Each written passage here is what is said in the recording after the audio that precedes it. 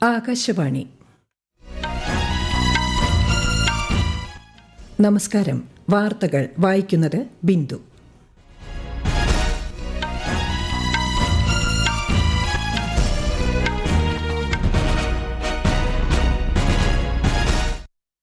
പ്രധാന വാർത്തകൾ.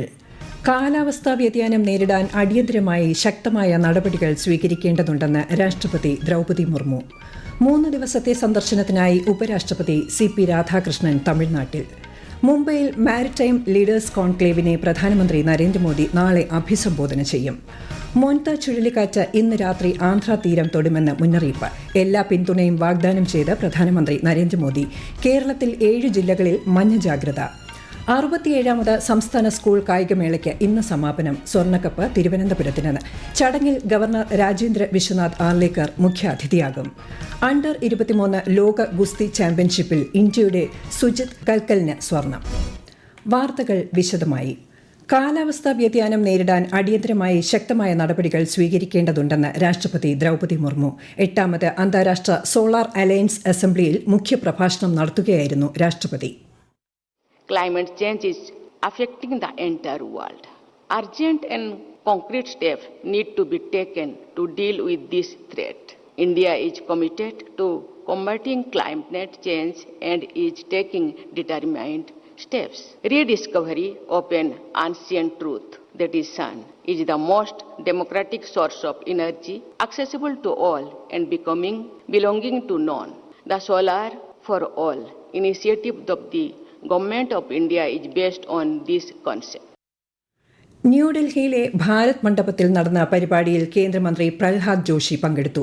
അന്താരാഷ്ട്ര സഹകരണം കൂടുതൽ ആഴത്തിലാക്കാനും എല്ലാവർക്കും താങ്ങാവുന്ന വിലയിൽ സൌരോർജ്ജം എന്ന ലക്ഷ്യത്തിലേക്കുള്ള പ്രവർത്തനങ്ങൾ അവലോകനം ചെയ്യാനും 124 രാജ്യങ്ങൾ പങ്കെടുക്കുന്ന സമ്മേളനം ഊന്നൽ നൽകും. സീഷെയിൽസിൽ സന്ദർശനം പൂർത്തിയാക്കി ഉപരാഷ്ട്രപതി CP രാധാകൃഷ്ണൻ ഇന്ത്യയിൽ തിരിച്ചെത്തി. സീഷെയിൽസിന്റെ പുതിയ പ്രസിഡന്റ് പാട്രിക് ഹെർമനിയുടെ സത്യപ്രതിജ്ഞാ ചടങ്ങിനോട് അനുബന്ധിച്ചായിരുന്നു സന്ദർശനം. ഇന്ത്യയും സീഷെയിൽസും തമ്മിലുള്ള ഉഭയകക്ഷി പങ്കാളിത്തം കൂടുതൽ ശക്തിപ്പെടുത്തുന്നത് ലക്ഷ്യമിട്ടുള്ള ചർച്ചകളിലും ഉപരാഷ്ട്രപതി പങ്കെടുത്തു. സീഷെയിൽസിലെ ഇന്ത്യൻ പ്രവാസികൾ ഉപരാഷ്ട്രപതിക്ക് സ്വീകരണം നൽകി. ഇരു രാജ്യങ്ങളും തമ്മിലുള്ള സാംസ്കാരികവും സാമൂഹികവുമായ ബന്ധം ആഴത്തിലാക്കുന്നതിൽ സീഷെയിൽസിലെ ഇന്ത്യൻ പൌരന്മാർ നൽകിയ സംഭാവനകളെ ശ്രീ രാധാകൃഷ്ണൻ പ്രശംസിച്ചു. സന്ദർശനവേളയിൽ മൌറീഷ്യസ് പ്രധാനമന്ത്രി നവീൻ ചന്ദ്ര റാങ്കുലുവുമായും അദ്ദേഹം കൂടിക്കാഴ്ച നടത്തി. ഉപരാഷ്ട്രപതി CP രാധാകൃഷ്ണന്റെ തമിഴ്നാട് സന്ദർശനം ആരംഭിച്ചു. വ്യാഴാഴ്ച വരെ അദ്ദേഹം സംസ്ഥാനത്തുണ്ടാകും. കോയമ്പത്തൂർ, തിരുപ്പൂർ, മധുര, രാമനാഥപുരം എന്നിവിടങ്ങളിലെ വിവിധ പരിപാടികളിൽ അദ്ദേഹം പങ്കെടുക്കും. കോയമ്പത്തൂരിലെത്തിയ ഉപരാഷ്ട്രപതി ടൗൺ ഹാൾ കോർപ്പറേഷൻ കെട്ടിടത്തിലെ മഹാത്മാഗാന്ധി പ്രതിമയിൽ ആദരം അർപ്പിക്കും. വൈകുന്നേരം തിരുപ്പൂരിലെത്തുന്ന അദ്ദേഹം തിരുപ്പൂർ കുമാരനും മഹാത്മാഗാന്ധിക്കും പുഷ്പാർച്ചന അർപ്പിക്കും. നാളെ തിരുപ്പൂരിൽ നടക്കുന്ന അനുമോദന ചടങ്ങിലും ഉപരാഷ്ട്രപതി പങ്കെടുക്കും. മുംബൈയിൽ നടക്കുന്ന മാരിടൈം ലീഡേഴ്സ് കോൺക്ലേവിനെ പ്രധാനമന്ത്രി നരേന്ദ്രമോദി നാളെ അഭിസംബോധന ചെയ്യും. ഷിപ്പിംഗ്, തുറമുഖങ്ങൾ, കപ്പൽ നിർമ്മാണം, ക്രൂയിസ് ടൂറിസം, സമുദ്ര സമ്പദ്വ്യവസ്ഥ എന്നിവയിലെ പ്രമുഖ പങ്കാളികളെ ഒന്നിച്ചു കൊണ്ടുവരുന്നതിനാണ് സമ്മേളനം സംഘടിപ്പിച്ചിരിക്കുന്നത്. പരിപാടിയിൽ 85-ലധികം രാജ്യങ്ങളിൽ നിന്നുള്ള 1 ലക്ഷത്തിലധികം പ്രതിനിധികൾ പങ്കെടുക്കും. ഇന്ത്യ മാരിടൈം വീക്ക് 2025ലെ ഗ്ലോബൽ മാരിടൈം CEO ഫോറത്തിലും അദ്ദേഹം അധ്യക്ഷത വഹിക്കും. വികസിത് ഭാരത് ക്വിസ് മത്സരത്തിൽ പങ്കെടുക്കാൻ രാജ്യത്തെ യുവജനങ്ങളോട് ആഹ്വാനം ചെയ്ത പ്രധാനമന്ത്രി നരേന്ദ്രമോദി. രാഷ്ട്ര നിർമ്മാണത്തിന് സംഭാവന നൽകാനുള്ള മികച്ച അവസരമാണ് Viksit Bharat young leaders dialogue 2.0 എന്ന് പ്രധാനമന്ത്രി സമൂഹമാധ്യമത്തിൽ കുറിച്ചു. ഈ മാസം 31 വരെ ക്വിസ് മത്സരത്തിൽ പങ്കെടുക്കാം. ഛാട്ട് പൂജയിൽ ഭാഗഭാക്കായ എല്ലാവർക്കും പ്രധാനമന്ത്രി നരേന്ദ്രമോദി ആശംസകൾ അറിയിച്ചു. സൂര്യഭഗവാനെ ആരാധിച്ചുകൊണ്ട് 4 ദിവസത്തെ ആഘോഷങ്ങൾക്ക് ഇന്ന് സമാപനമായി. രാജ്യത്ത് നിന്നുള്ള സ്മാർട്ട് ഫോൺ കയറ്റുമതി വലിയ തോതിൽ ഉയർന്നതായി കേന്ദ്ര ഇലക്ട്രോണിക്സ് ഇൻഫർമേഷൻ വകുപ്പ് മന്ത്രി അശ്വിനി വൈഷ്ണവ്.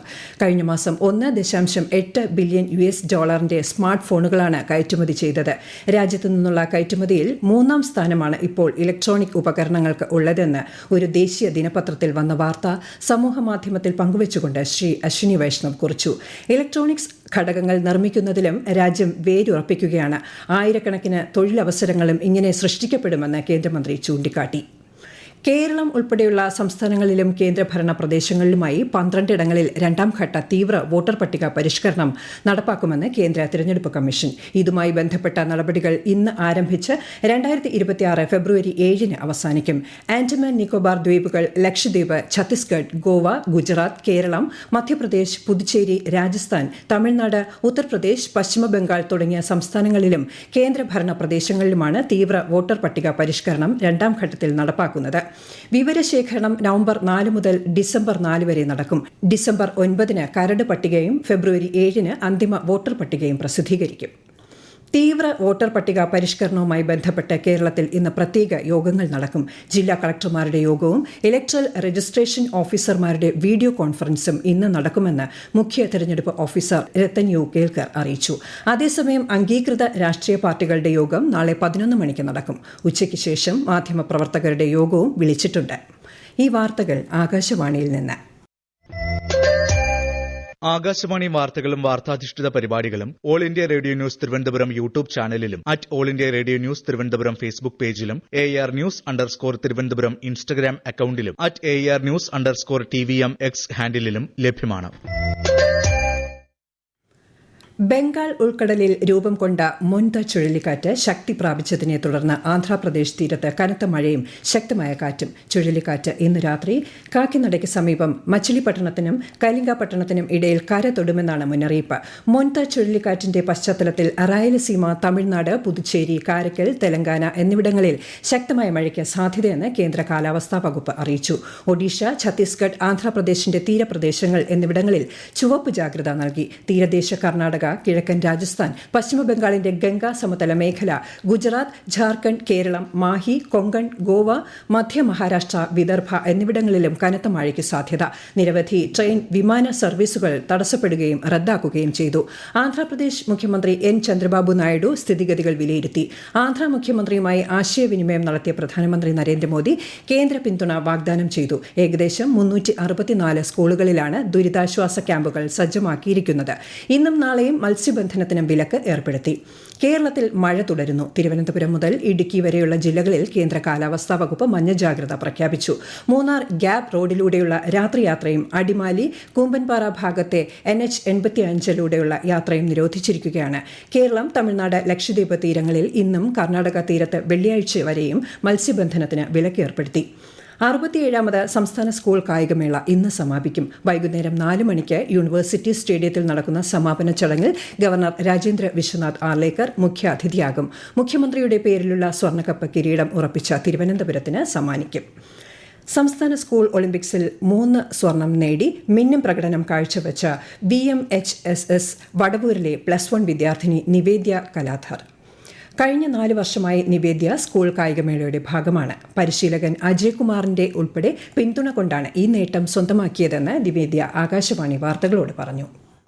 800 റെക്കോർഡ് ഇടണം എന്നാണ് എൻ്റെ ഒരു ആഗ്രഹം ഉണ്ടായിരുന്നത്. 400 ഞാൻ എൻ്റെ ബെസ്റ്റ് ടൈം ഞാൻ ചെയ്തു. ഒട്ടും പ്രതീക്ഷിച്ചിട്ടുണ്ടായിരുന്നില്ല ഞാൻ 400 മെഡൽ വരുമെന്ന്. സാർ ഇന്നലെ എന്നോട് പറഞ്ഞിട്ടുണ്ടായിരുന്നു 400 നീ ഗോൾഡ് ആണ് എന്ന്. അപ്പോഴും എനിക്കൊരു പ്രതീക്ഷ ഉണ്ടായിരുന്നില്ല. എല്ലാവരുടെ അനുഗ്രഹവും സപ്പോർട്ടും കൊണ്ടാണ് ഞാൻ 400 മെഡൽ വരാനുള്ള കാരണം. സ്കൂളിൽ ഫുൾ സപ്പോർട്ടാണ്.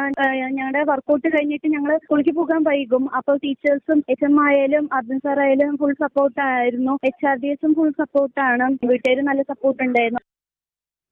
സെർബിയയിൽ നടക്കുന്ന അണ്ടർ 23 ലോക ഗുസ്തി ചാമ്പ്യൻഷിപ്പിൽ ഇന്ത്യയുടെ സുർജിത് കൽക്കൽ സ്വർണം നേടി. 65 കിലോ വിഭാഗത്തിൽ ഉസ്ബെക്കിസ്ഥാന്റെ ഉമിത് ജോൺ ജലോനോവിനെയാണ് പരാജയപ്പെടുത്തിയത്. നേരത്തെ ഇന്ത്യൻ വനിതാ താരങ്ങൾ 5 വെങ്കലവും 2 വെള്ളിയും നേടിയിരുന്നു.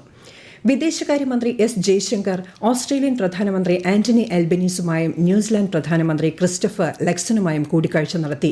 ഇന്ത്യ ന്യൂസിലാൻഡ് ഉഭയകക്ഷി സഹകരണം ശക്തമാക്കുന്നതിനും സ്വതന്ത്രവും വിശാലവുമായ ഇൻഡോ പസഫിക് മേഖലയുടെ വികസനത്തിനുമുള്ള പ്രധാനമന്ത്രി ലക്സന്റെ പ്രതിബദ്ധതയെ വിദേശകാര്യമന്ത്രി സ്വാഗതം ചെയ്തു. ആസിയാൻ ഉച്ചകോടിയുടെ ഭാഗമായി ജാപ്പനീസ് പ്രധാനമന്ത്രി, മലേഷ്യ, ബ്രസീൽ, ബ്രൂണൈ എന്നിവിടങ്ങളിൽ നിന്നുള്ള മന്ത്രിമാർ എന്നിവരുമായും ശ്രീ ജയശങ്കർ ചർച്ച നടത്തി. പ്രധാന വാർത്തകൾ വീണ്ടും. കാലാവസ്ഥാ വ്യതിയാനം നേരിടാൻ അടിയന്തരമായി ശക്തമായ നടപടികൾ സ്വീകരിക്കേണ്ടതുണ്ടെന്ന് രാഷ്ട്രപതി ദ്രൗപദി മുർമു. 3 ദിവസത്തെ സന്ദർശനത്തിനായി ഉപരാഷ്ട്രപതി CP രാധാകൃഷ്ണൻ തമിഴ്നാട്ടിൽ. മുംബൈയിൽ മാരിടൈം ലീഡേഴ്സ് കോൺക്ലേവിനെ പ്രധാനമന്ത്രി നരേന്ദ്രമോദി നാളെ അഭിസംബോധന ചെയ്യും. മോൻത ചുഴലിക്കാറ്റ് ഇന്ന് രാത്രി ആന്ധ്ര തീരം തൊടുമെന്ന് മുന്നറിയിപ്പ്. എല്ലാ പിന്തുണയും വാഗ്ദാനം ചെയ്ത പ്രധാനമന്ത്രി നരേന്ദ്രമോദി. കേരളത്തിൽ 7 ജില്ലകളിൽ മഞ്ഞ ജാഗ്രത. 67ാമത് സംസ്ഥാന സ്കൂൾ കായികമേളയ്ക്ക് ഇന്ന് സമാപനം. സ്വർണ്ണക്കപ്പ് തിരുവനന്തപുരത്തിന്. ചടങ്ങിൽ ഗവർണർ രാജേന്ദ്ര വിശ്വനാഥ് ആർലേക്കർ മുഖ്യാതിഥിയാകും. അണ്ടർ 23 ലോക ഗുസ്തി ചാമ്പ്യൻഷിപ്പിൽ ഇന്ത്യയുടെ സുജിത് കൽക്കലിന് സ്വർണം. വാർത്തകൾ കഴിഞ്ഞു. അടുത്ത വാർത്താ പ്രക്ഷേപണം വൈകുന്നേരം 6:30.